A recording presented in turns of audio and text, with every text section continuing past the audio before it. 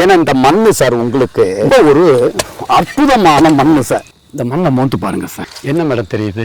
ஒரு வாசனை வருது.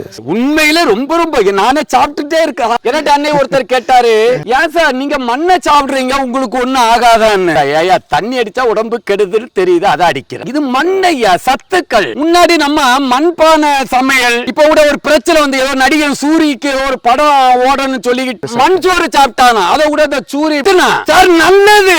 மக்களே உங்களுக்கு நோய் இருக்கா, சுத்தமான மண்ணுல சோற போட்டு 5 நிமிஷம் கழிச்சு அந்த சோறை எடுத்து சாப்பிட்டா நீ ஹாஸ்பிட்டலுக்கு போவ.